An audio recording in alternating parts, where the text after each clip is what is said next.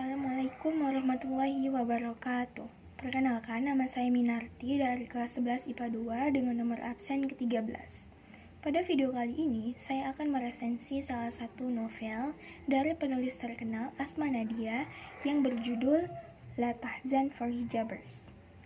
Di mana pada penulisan novel ini sendiri, beberapa penulis terkenal seperti Helvitiana Rosa, Novia Syahidah, Nur Hayati Pujiastuti, dan 17 penulis lainnya ikut berkontribusi. Novel ini diterbitkan oleh Asma Nadia Publishing House pada Maret 2013.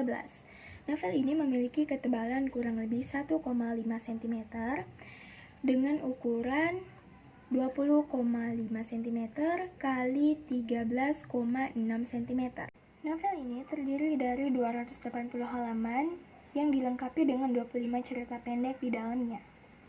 Gambaran senja dengan seorang wanita di sampingnya menjadi pilihan sang penulis untuk cover bagian depan novel ini.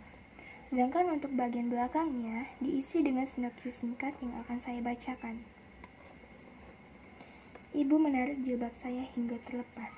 Bapak marah dan membuang kerudung saya ke tempat sampah. Pernah setelah tak tersisa satu jilbab pun, saya terpaksa menutupi bagian kepala dengan spray. Setelah masuk Islam, saya tergerak mengenakan jilbab, meski harus sembunyi-sembunyi. Saya diusir, dianggap bagian aliran sesat hanya karena berhijab rapat. Ada apa dengan jilbab, sehingga tak semua muslimah mudah mengenakannya?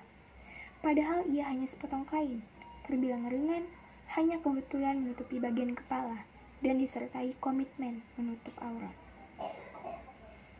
Kenapa masih ada yang mempermasalahkan, sementara tak ada yang protes jika seseorang mengenakan dasi, topi, scarf, atau kacamata hitam?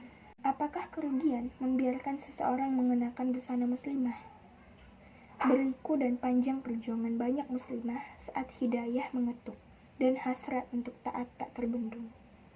Mulai dari keluarga, pihak sekolah, kantor, bahkan masyarakat sekitar. Tantangan lain menanti saat muslimah mendapat kesempatan ke luar negeri dan menjadi pemandangan asing di negara mayoritas non-muslim. Lalu adakah kata menyerah untuk buktikan cinta kepadanya?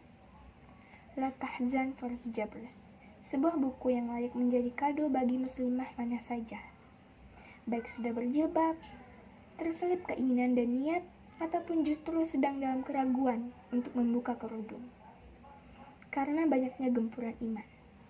Semoga indah hidayahnya dapat kita dekat hingga menutup mata. Novel ini menceritakan tentang kisah-kisah perjuangan, pengorbanan, dan proses jilbab pertama para muslimah yang disajikan dalam bentuk cerita pendek. Salah satu cerita dari novel ini yang masih membekas di ingatan saya adalah Panggil Saya Nur Hasanah yang ditulis oleh Nur Hasanah Fajri. Awal berjilbab saat masih SMA. Proses berjilbab Nur Hasanah tidaklah istimewa, namun setelah berjilbab itulah yang membuatnya tidak akan lupa. Banyak teguran dan cacian yang ia dapatkan ketika ia berjilbab. Sampai-sampai ia merasa malu dengan nama Nur Hasanah yang disandangnya. Ketika itu, ia mendapatkan teguran lewat mimpi. Dan sejak saat itulah ia merasa yakin kembali dan kembali mengatakan, "Panggil saya Nur Hasanah." Pesan yang didapat dari cerita tersebut adalah janganlah berputus asa akan teguran masyarakat, karena setiap teguran merupakan cerminan diri untuk berubah menjadi lebih baik lagi, dan yakin bahwa Allah akan selalu menolong umatnya. Novel ini menginspirasi pembaca agar tidak menyerah ketika memutuskan untuk berubah menjadi lebih baik. Dengan menggunakan bahasa yang ringan, pembaca dapat memahami isi cerita dengan baik dan tidak bosan mengikuti rangkaian cerita yang dipaparkan oleh penulis. Namun, cerita dari novel ini hanya menguraikan kendala dan rintangan yang dihadapi ketika muslimah memutuskan untuk berhijab. Seharusnya penulis juga mencantumkan dukungan dari masyarakat untuk para muslimah agar mereka menjadi termotivasi lagi. Di atas kelebihan dan kekurangannya, buku ini juga sangat baik untuk dibaca oleh berbagai kalangan.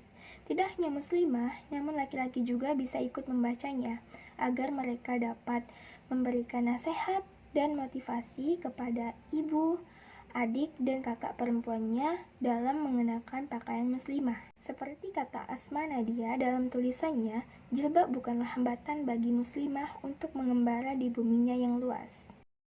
Mungkin sekian resensi novel yang dapat saya sampaikan. Lebih dan kurangnya saya mohon maaf.